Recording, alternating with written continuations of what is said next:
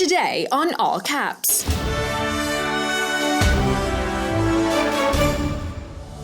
We uncovered the CIA's masterclass in deception, the secret shadow operation that brought home a downed American pilot from the heart of Iran. Plus, the UK slams the door on Kanye West. We'll tell you why the British government officially shut him out. Then, a global shockwave, the dramatic ceasefire between the US, Israel, and Iran. Is it a new era or just a tactical pause? Next, we're setting the record straight on Tucker Carlson, shattering his latest claims and exposing the lies about Jewish identity and the land of Israel. And viral fever on campus. From Yale to Harvard, we're looking at the acceptance videos breaking the internet. And finally, joining us at the table, one of Israel's sharpest voices and viral comedy stars, Matan Peretz. It all starts right now.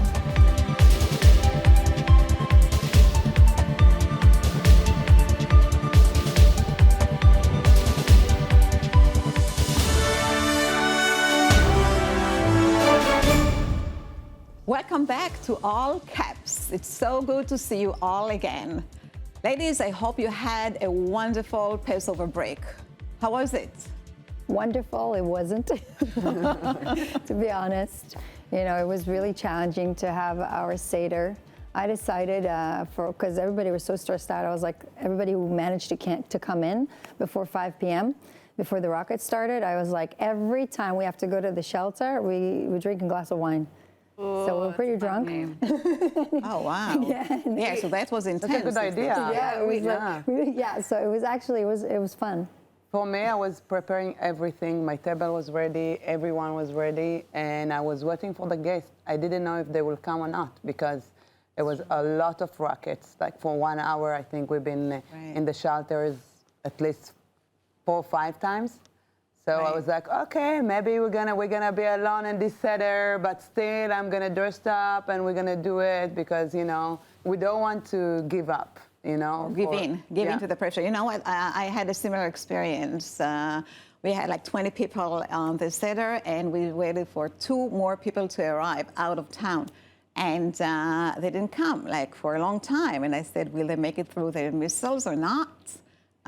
But in the end, they made it. It was a beautiful Seder, and the rest of the holiday went fine. Yeah, I had spent the Seder with my family up in the north, which was the craziest because all of the rockets from Hezbollah are exploding, and we're singing, and we're praying, and dinner, and there's just explosions. But, you know, sometimes there's explosions, but there's no siren because it's not in your area, but it's nearby, so it was definitely a Passover to remember. So before we dive into the major news about the ceasefire, what caught your eyes this week? So this week, the daring CIA operation to rescue the downed American pilot caught my eye. As an American, all of us were holding our breaths. We were all praying for his safe return. And on Easter Sunday, we received amazing news. Take a listen. CIA executed a deception campaign to confuse the Iranians who were desperately hunting for our airmen. On Saturday morning, we achieved our primary objective by finding and providing confirmation that one of America's best and bravest was alive and concealed in a mountain crevice, still invisible to the enemy, but not to the CIA. That confirmation was relayed by Secretary Hegseth to the President, and the operation quickly moved to the execution phase. Following the successful exfiltration on Saturday night, our intelligence reflects that the Iranians were embarrassed and ultimately humiliated by the success of this audacious rescue mission.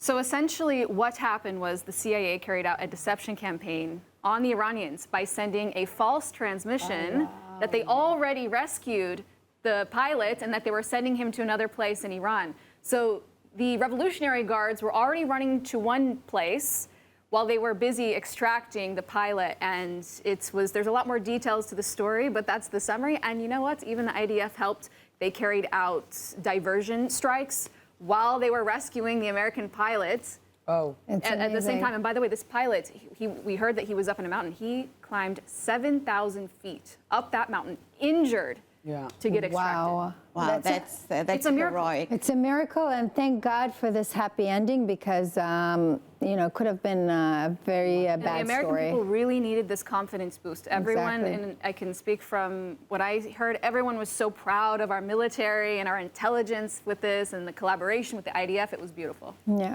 So this is very heroic. Another heroic step that finally Britain took was to ban Kanye West from entering the country.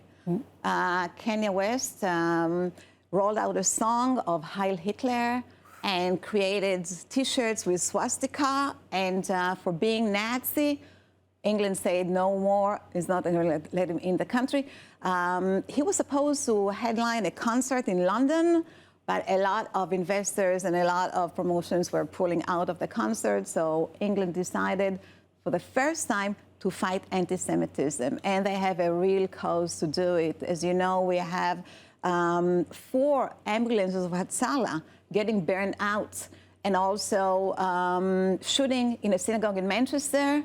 So Britain finally taking steps. They outlawed a pro-Palestinian organization. They're chanting to a global intifada from the river to the sea. Palestine will be free, and don't have a choice but to fight this anti-Semitism. Yeah, well done, England. Finally. We've been talking about this for the last few weeks. We talked Yeah. about the Al Jazeera journalists covering the ambulances that were burned and this ridiculous. You mentioned Al Jazeera, and they have been chanting someone from our country, Menashe Zalake. He is a football player. He's a captain of Hapoel Hadera, a football team in Israel.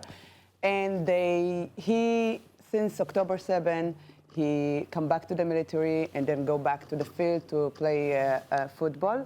And now they approach FIFA and they are asking not to let him to play. Of course. And And first of all, Al Jazeera, they have any authority of sports, so why they even asking? And also, it's not just about sports, it's about politics. They are asking FIFA not let them to play, and there is no rule in FIFA who bans of military service if you serve your country. Of course. And this is a serious question because why Al Jazeera are trying to influence FIFA, and what's their goal? Like we all know, but Yeah, FIFA, Right, aren't they supposed FIFA to be a always news they'll tell you. organization? yeah. Let's just see his response to Al Jazeera. ג'זירה אמרו יש לפעול נגד השחקן, ציפייה מפיפ"א לנקוט נגדך בפעולות. אם אל-ג'זירה, הערוץ המתועב הזה, יוצא נגדי, זאת אומרת, זה אומר שאני בכיוון הנכון. לא סופרים אותם, אנחנו באים פה להגן על העם היהודי. הם יבואו ויטיפו לנו לעם היהודי, למה שחקן כדורגל ישראלי יהודי מתגייס לצבא? מה אתה יכול אבל לומר, אתה יודע, על כל מי שבא ואומר, תשמעו, ספורטאי לא אמור להיות במקום הזה. לא קיים דבר כזה. זה חלק, זה מה שמאפיין את העם שלנו, כולנו יוצאים להגן על העם שלנו, כולנו בסוף, כולנו לוחמים. וגם שחק כדורגל זו גאווה גדולה, גאווה ענקית בשבילי. ובמקום שהם יגנו את חיזבאללה על זה שילדים שלנו נפגעו, ואנחנו ראינו גם מה היה במג'דל שמס, עם הטיל שנורה מהצפון והרג 12 ילדים. תצטרכו לשחק כדורגל, במגרש כדורגל, ילדים, תתביישו להם. And he said something very important.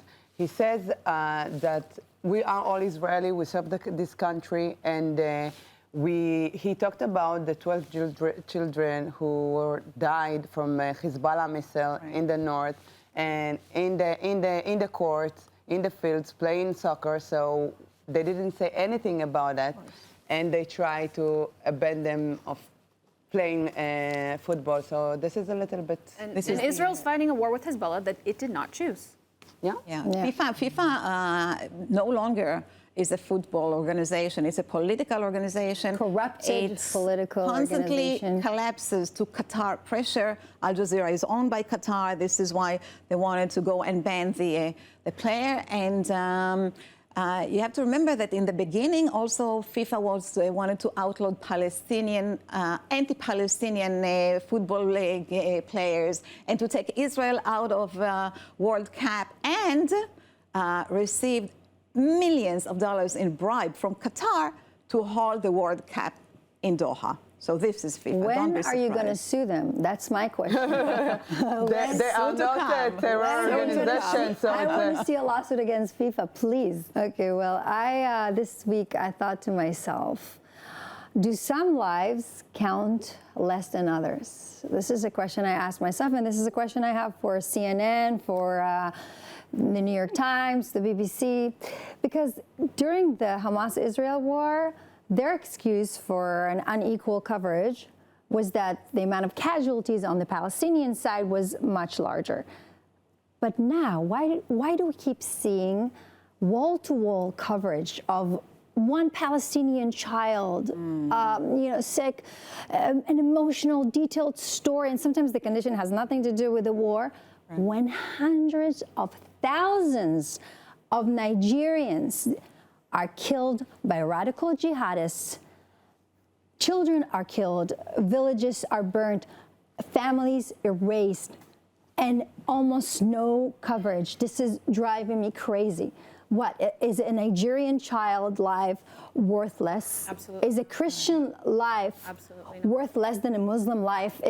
Why Nigerian lives don't get as much attention as Palestinians' lives? I want to know. It's driving me crazy. And what about the teenagers being executed in Tehran for protesting freedom?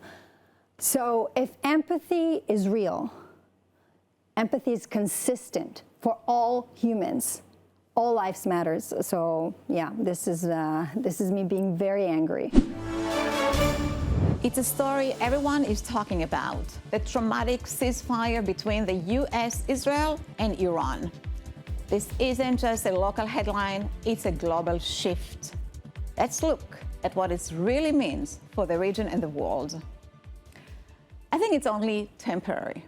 Yeah. This is how Trump and the Iranian declared it was. We still have a lot of work to do in Iran.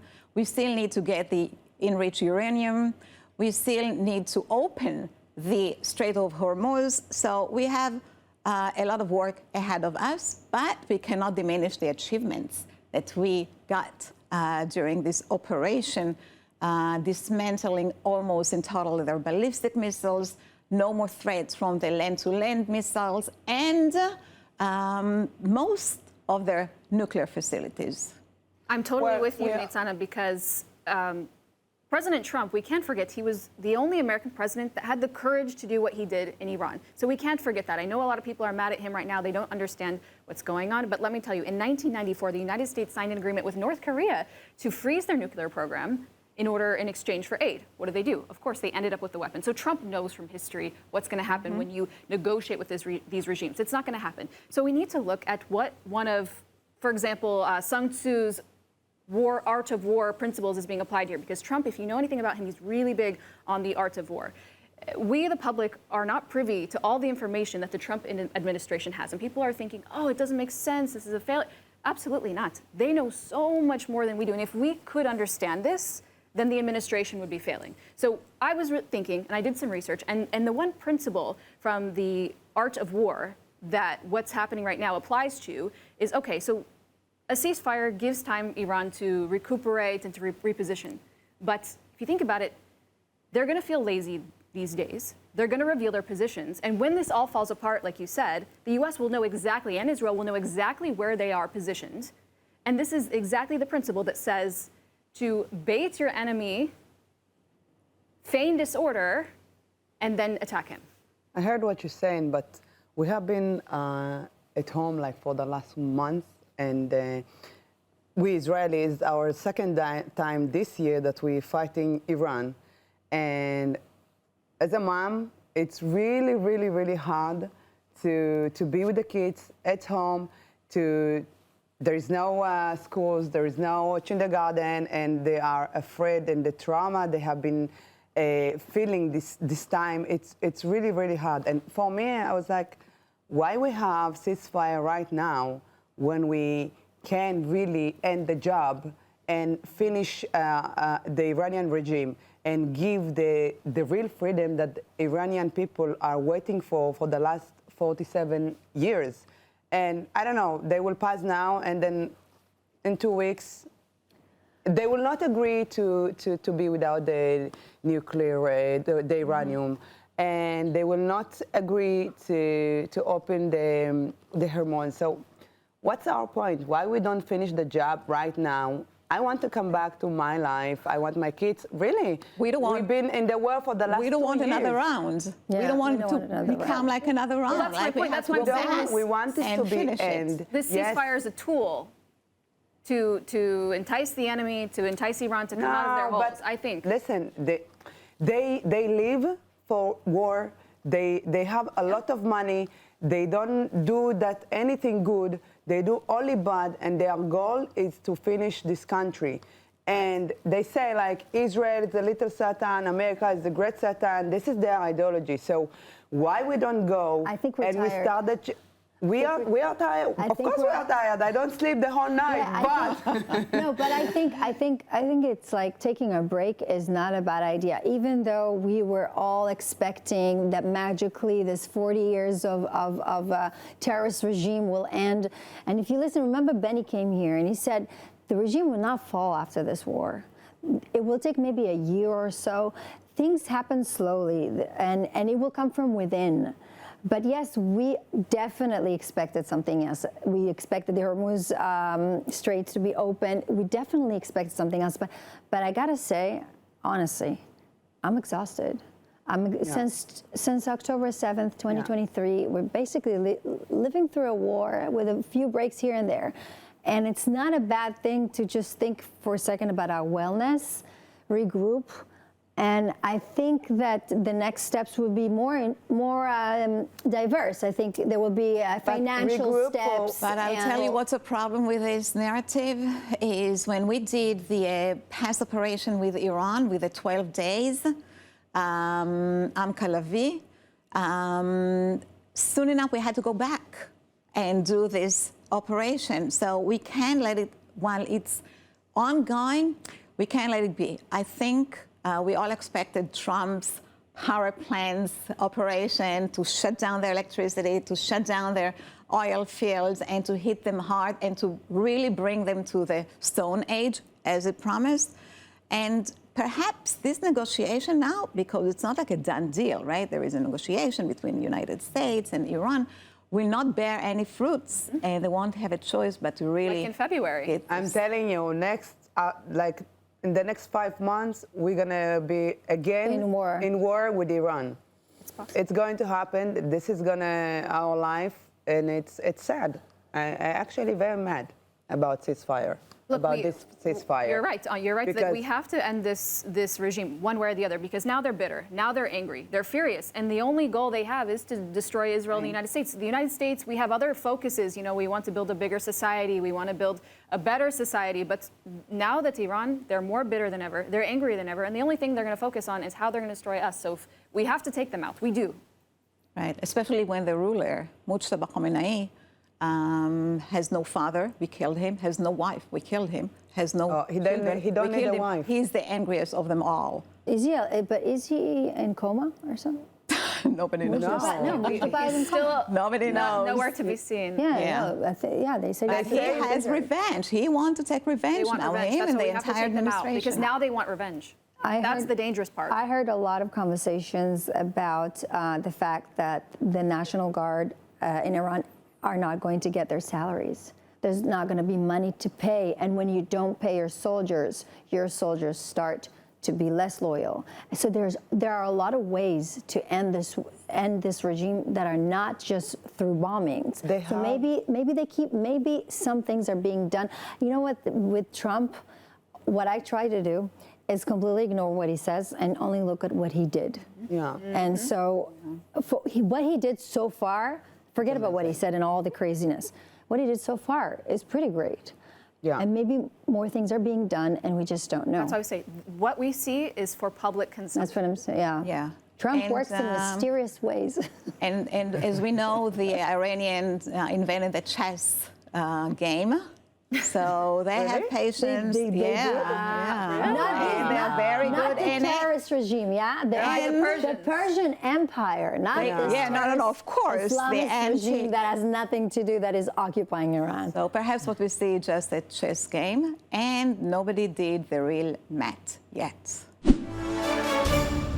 To help us navigate the madness of the digital front lines with a bit of humor and a lot of heart, we have a very special guest. He's a viral stand-up star and one of Israel's most charismatic voices in global advocacy today.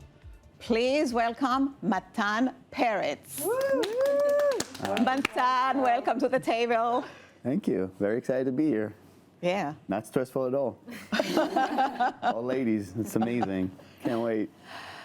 So, you know, we all know you in Israel as a big star in comedy. But the big twist happened to you after the war. I mean, for us. First of all, where did you get that English?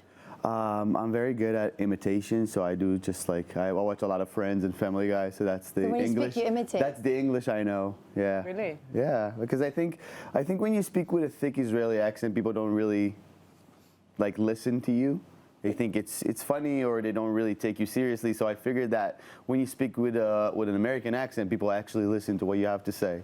But how did you pick it up? Because for me, it took like 8 years in the States and thousands of dollars to get from Birthright. talking like this to talking like this costs a lot of money. Yeah, it does. But Birthright, I think that was a turning point for me. You actually mean like 2 months joining a group coming from the United States. I was a security guard for like a year and a half. That explains it. Yeah, tours around Israel for Birthright and other groups from the States. So I really just sat on the bus and listened to how they talk to each other, and that's where my English is from, basically. That's amazing because you know, for some Israelis, when they're great in doing comedy in Israel, their comedy doesn't translate. Yeah. What do you think are the similarities between Israeli comedy and American comedy and Jewish comedy, I guess? Oh, I think Americans are more patient in general to like listen to stories and to see where you get with that joke. Israelis, if you're not funny in the first 10 seconds, they just lose interest immediately. I had this conversation with Michael Rapaport, which is a good friend of mine. I just like to say that whenever I can. And You said it with the Israeli accent, Rapaport. Because the names are still it's Dimona. It's always, you know. So he asked me, what is the difference between the Israeli crowd and the American crowd? Because he performed here in Israel a year ago. And I said, listen, they will give you credit because we love like international, you know, comedians.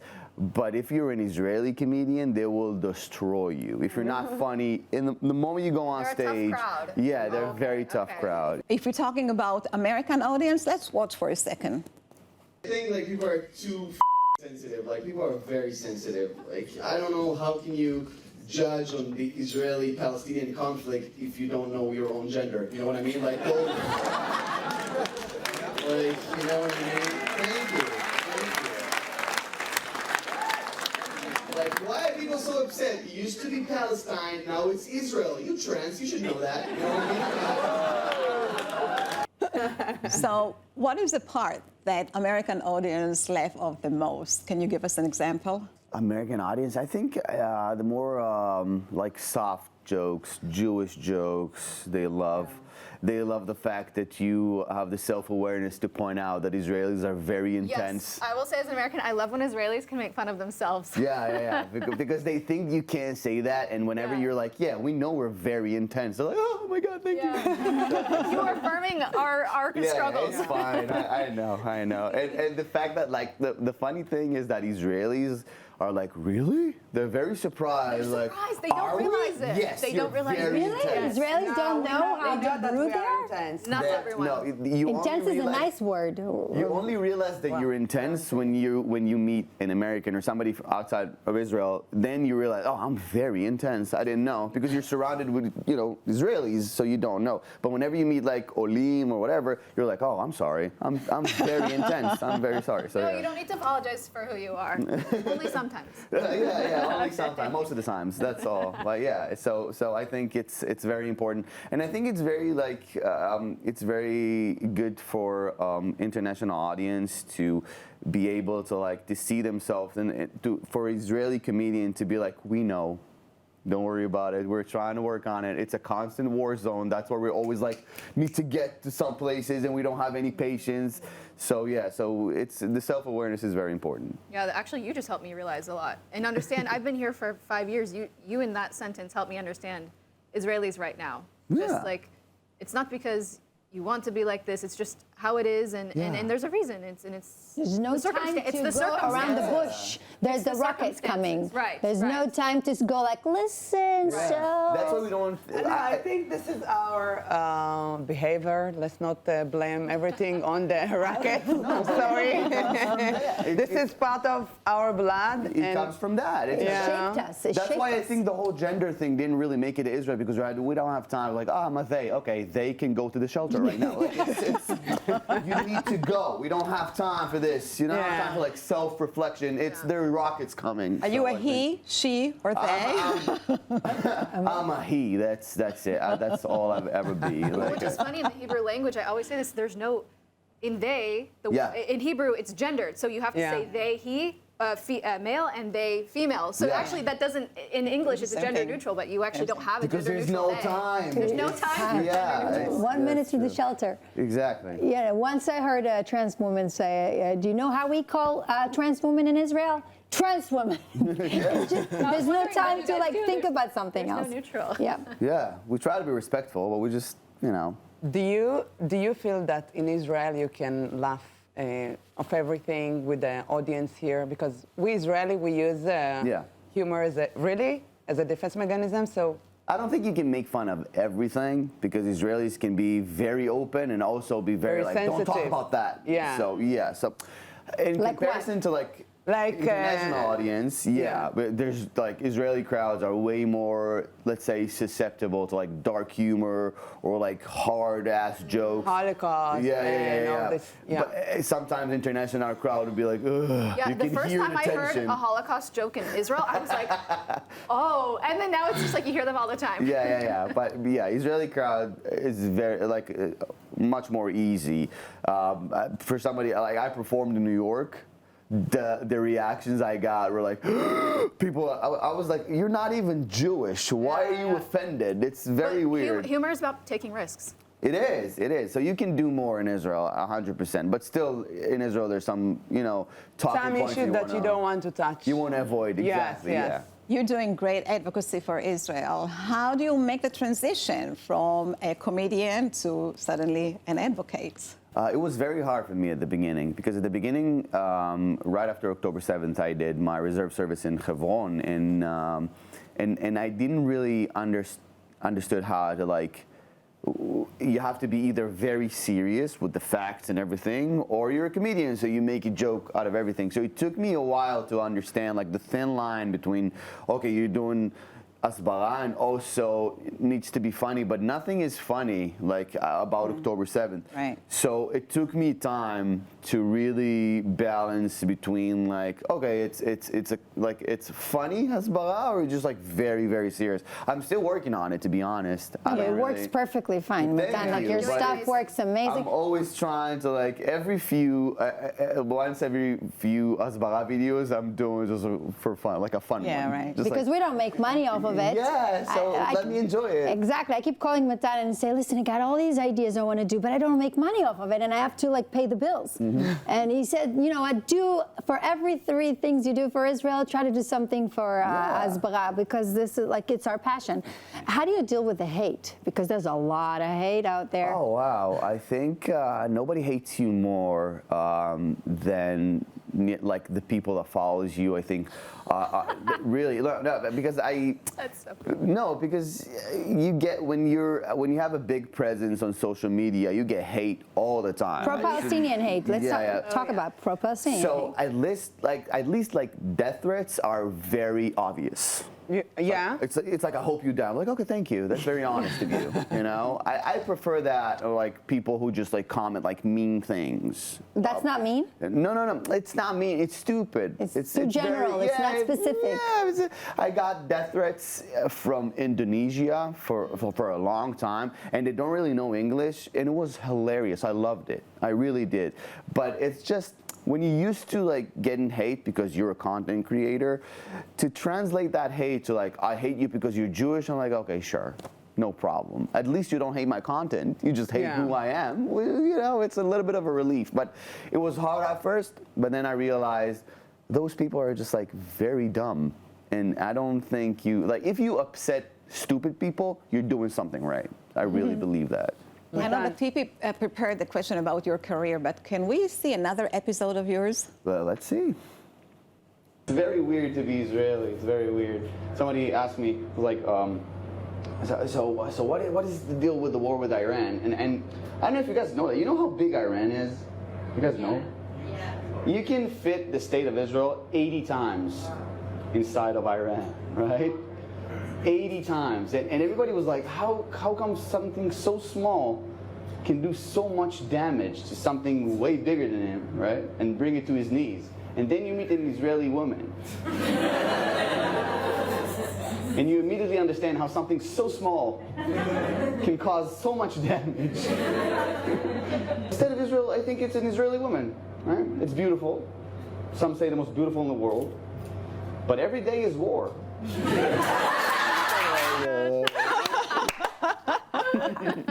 So much of the work you do is for Olim, or new immigrants to Israel, and you use your English, your gift of English, to connect with us. People like me, I came to Israel 5 years ago.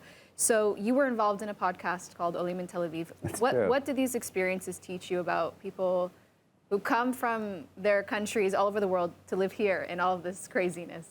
Oh, I think the biggest lesson that I've learned is that love is not enough with anything, relationships, making aliyah, whatever, because people are very in love in the idea of living in Israel, especially Olim.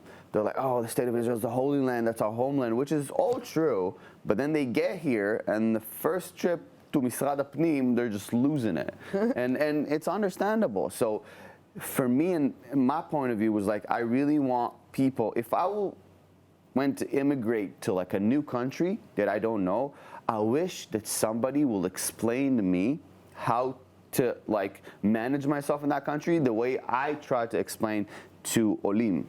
Right? Whatever I did, like with Noah Barazani, which was amazing, and she's Ola herself. Her parents are Israelis that immigrated to the States like in the 90s, so she knows Hebrew, and still it was hard for her. And she knows fluent Hebrew, and she looks Israeli, and still it was very hard for her to like try to capture that state of mind of being an Israeli. Not taking things personal when something goes downhill. Exactly. And I realized that, so many, if she's going through this, obviously somebody who's like doesn't know Hebrew or whatever, they're going through it a lot worse.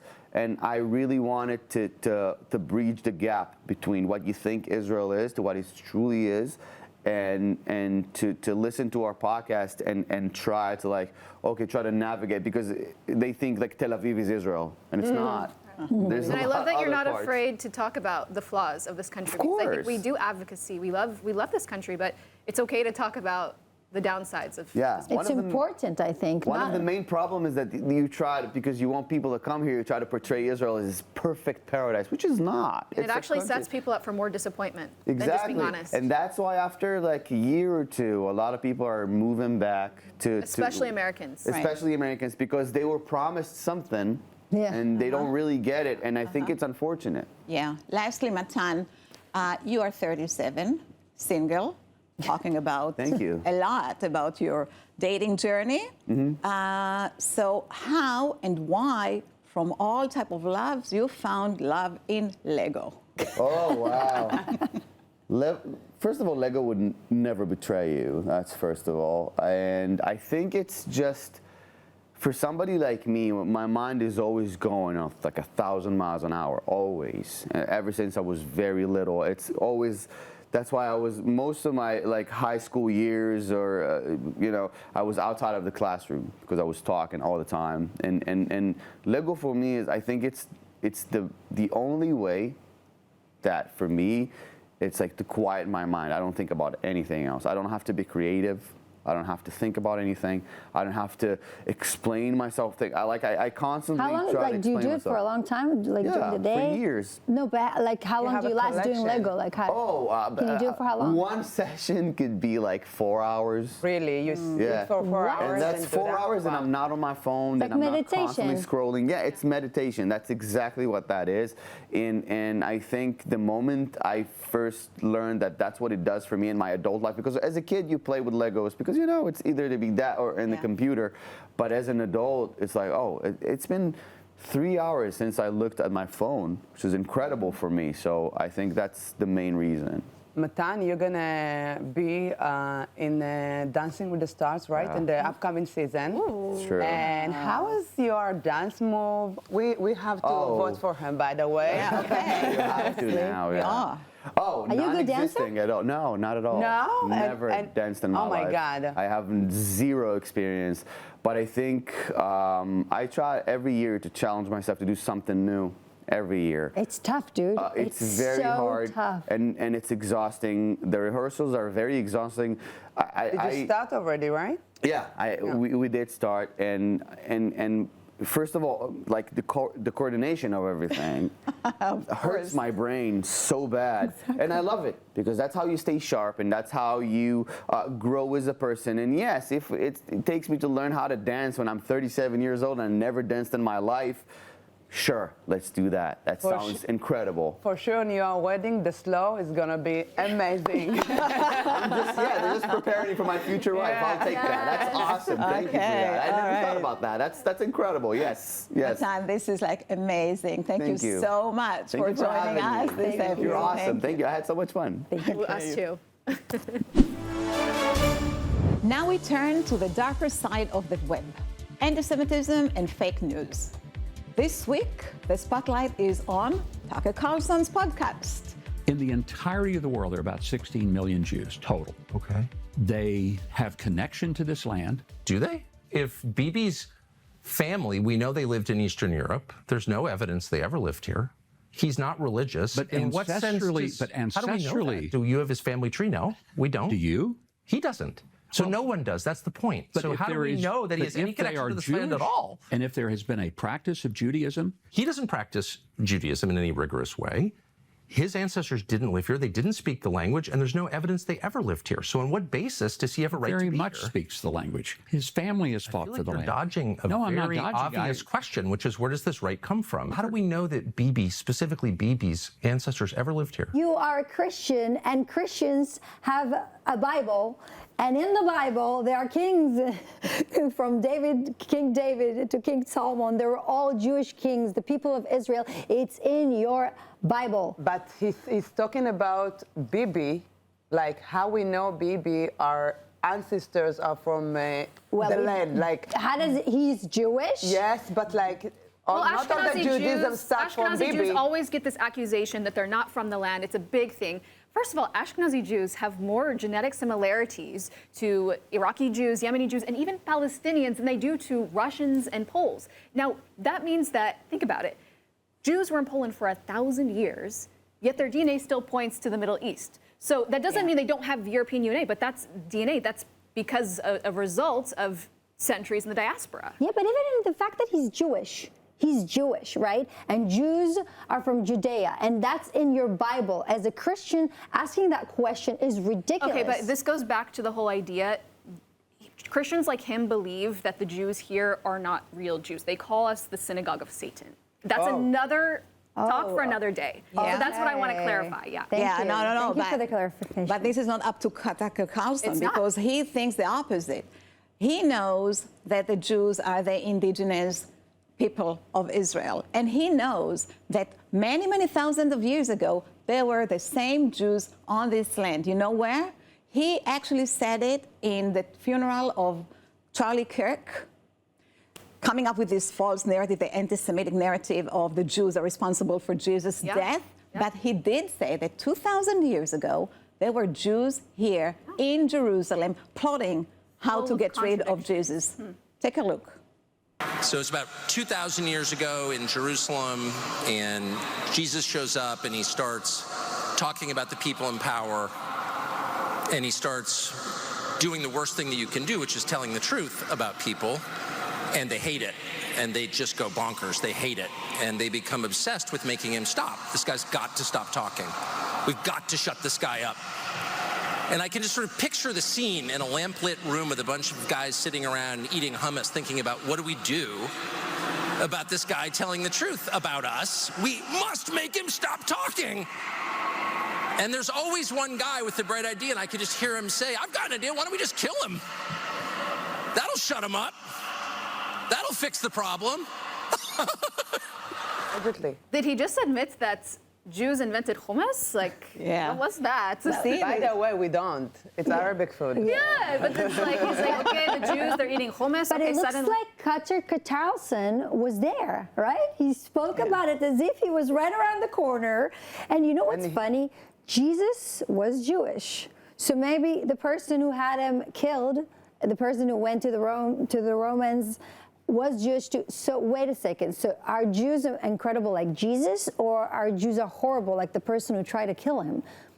Like, what is your point? He just said that the Jews were 2,000 years ago in the land. Yeah. And he just like, he'd met. Tucker Carlson is just out of his mind. He believes in the Bible, right? Yeah. And the Bible promised the people of Israel this piece of land. He promised to Jacob, to Abraham, to Isaac, to all our ancestors. And this is what we are doing now. They have a covenant. The covenant was not broken. And we have the right to live in Israel. And it has nothing to do with Bibi's parents or anybody's else's parents. The Jews has connection to the land of Israel more than any American who came from Europe. This is insane. Look at the next episode. Does the American president have the authority to control its client state? Israel no longer behaves rationally. It's sort of overtaken by eschatological fever. There are rabbis going around saying this war in the Middle East, even though it's destroying Tel Aviv, it's good for us because this will lead to the coming of our Messiah. Imagine that. What BS. No rabbi said anything. He can't point out to anyone who came with this declaration, but you should know that a lot of people reveal that he is not a professor at all. Wow, what a surprise. The new anti-Western hero Jiang is being exposed as a total fraud after... You're an English lit graduate, and you're not a professor. I know it's your YouTube moniker, but you're a high school teacher. You're not actually a professor. Right. Yeah. And I'm not a professor. You're not a professor. But I never said I was a professor. It's the internet who called me professor. Hold on. Hi, YouTube. This is Professor Jiang. Hi, YouTube. This is Professor Jiang. Professor Jiang here. Professor Jiang here. I love this guy. You know what's crazy about this? That people are really believe him and taking what he says seriously. We laugh about this right now, but he already did the damage for us. No, of course. It's very dangerous what he says. Yeah. But it's hilarious that not only other people expose that he's not a professor, he himself admits that he's not a professor. And the guy who's exposing him, funnily enough, if my eyes don't fail me, I think that's a guy named Mehdi Hassan. He's a journalist, a very anti-Israel journalist. Right. Yeah. You know what's surprising? There is another anti-Semite, Neil Fuentes, that also revealed that he's not a professor. In this case. That's my challenge to Professor Jiang, because I told him what my problem is. The Khazarian theory is bullshit. First of all, who even are you? When you do your classroom lectures, are there even people there? You call yourself a professor. I think you're a high school teacher. So here it is. Tucker Carlson invites non-professors, call the professor, cause damage, but at least now we know the truth, and the rest of the world knows it. Finally, we're closing with what's breaking the internet this week. It's university acceptance season, and our feeds are flooded with students reaching to their big news from schools like Yale, Harvard, and the rest of the Ivy League.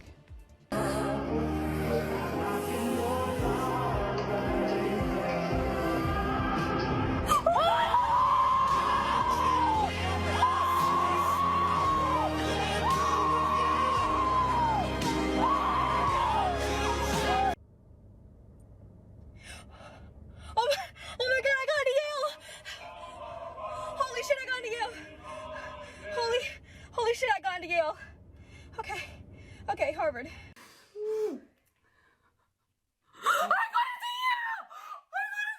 No way! No way!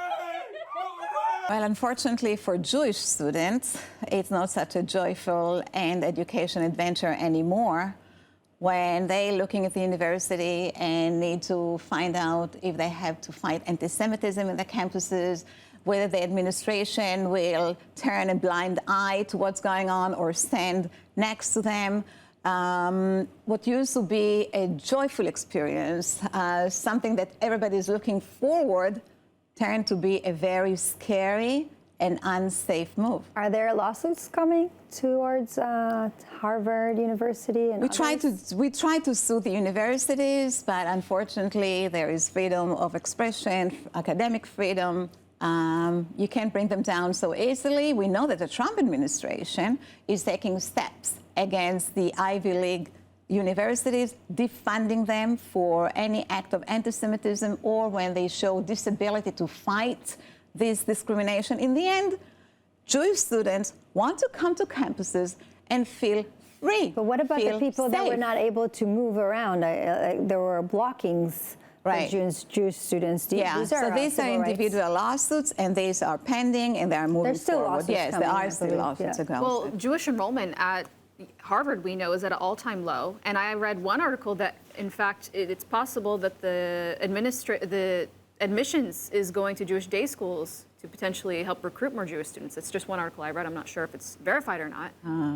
But anyway, most of these people spend their whole life trying to get to Harvard, and next thing you know, they're majoring in gender ideology for lizards. But so what happened to their, you know, it's not about just the university. It's somebody funding them, okay? It's not they sitting in the class and they study how to hate Jew. Of course, Qatar is funding them, and there are organizations. Qatar is the number one foreign funder of American universities. That's why not getting money from the state is not such a big deal. They can get foreign money as much as they want, unless you block that foreign money, and then this is a game changer. So you should know that it's very significant. The universities are fighting the Trump administration, actually bringing lawsuits against the defunding of Trump administration because it hurts them very, very much. Universities need money like everybody else, and the Qatar funding, and also Qatar would be to happy be the one to pay funder. all the tuition for everyone.